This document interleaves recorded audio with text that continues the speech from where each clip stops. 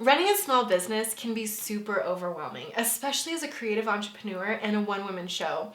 You've constantly got new distractions popping up, and you've got a never-ending to-do list. So if you're not careful, important tasks can easily be forgotten, which can end up costing you time, money, and even clients.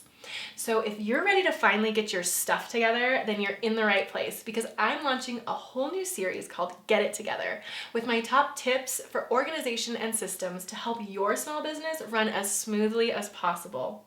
Today, I'm sharing my step-by-step process for client onboarding and how I use my onboarding system to create an exceptional and flawless client experience on repeat. Welcome back to my channel. If you're new here, I'm Mariah, the owner and creative director of Mariah Riona Branding, helping creative female entrepreneurs build brands with confidence and success.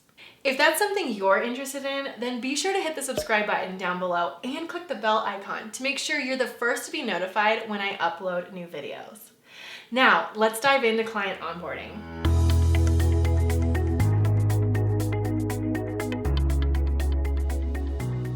Step 1. Booking. The first step in my client onboarding process is booking, or turning a lead into a client. When someone's interested in hiring me for branding, website design, or any of my other services, they fill out the form on my contact page. If you've followed me for a while, you know that I designed my website on the Showit platform. However, my contact form was created through Dubsado. Dubsado is my CRM, or Customer Relationship Management. It's a software that I use to manage all of my clients and my business. I'm able to track leads, sign contracts, take payments, and so much more. Dubsado has helped me streamline how I run my business, and it's a vital part of my client onboarding system. Once I receive an inquiry from a new lead, I'll read through to see if they'll be a good fit as a client. If so, I offer them a 20-minute consultation to get to know me better.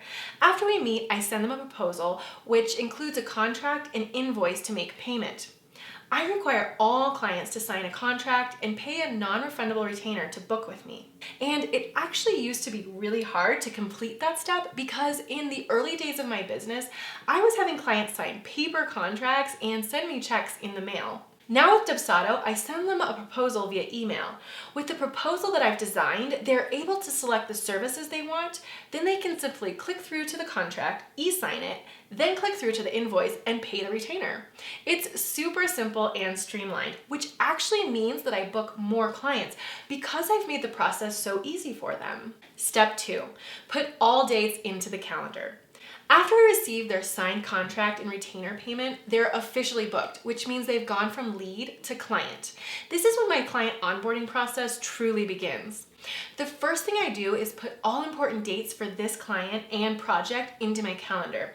It's important to do this right away because you don't want to forget any important dates or double book yourself. It would be so embarrassing to have a client message you and say, "Hey, I was waiting for you at our meeting today. Where were you?" Or even worse, I've actually heard of wedding photographers who have accidentally double booked themselves for a certain date and didn't even realize it until the day of. So one poor couple was left without a photographer. Set yourself up for success and way less stress by immediately plugging in all of those important dates as soon as your client books. In my design studio, I only work with one branding client at a time. So for my business, some important dates include that client's project time, client meetings, and homework due dates. I prefer to use the Apple Calendar system, formerly called iCal, because it syncs across all of my Apple devices, including my desktop, laptop, iPad, iPhone, and Apple Watch. The other great thing is that I can sync Dubsado to my Apple Calendar, so it will automatically pull some of the dates from my project in Dubsado. In my Apple Calendar, I always make sure to set multiple reminders for each event. That way, I'll never miss an important appointment. Step 3, schedule reminder emails. Speaking of never missing appointments, the next thing I do is schedule reminder emails to my client for all upcoming meetings. In my very first video on this channel entitled Brand and Customer Experience, How to Get Clients to Respect Your Time, I shared how important it was to send those client reminder emails. Just like you, your clients are busy people, and it's easy for them to forget about upcoming meetings, especially when they're scheduled weeks or even months in advance. Help them out and help yourself out by scheduling reminder emails to go out 24 to 48 hours before a scheduled meeting or event. Dubsado makes it really easy to do this. I use their email template feature to create a generic reminder email template. Then when scheduling the email, I select that template, fill it in with specific information like date, time, and location. Then I schedule the email to send at a day and time that I choose. You can actually schedule it down to the hour and the minute. I promise that this little effort will save you a ton of time and frustration in the long run.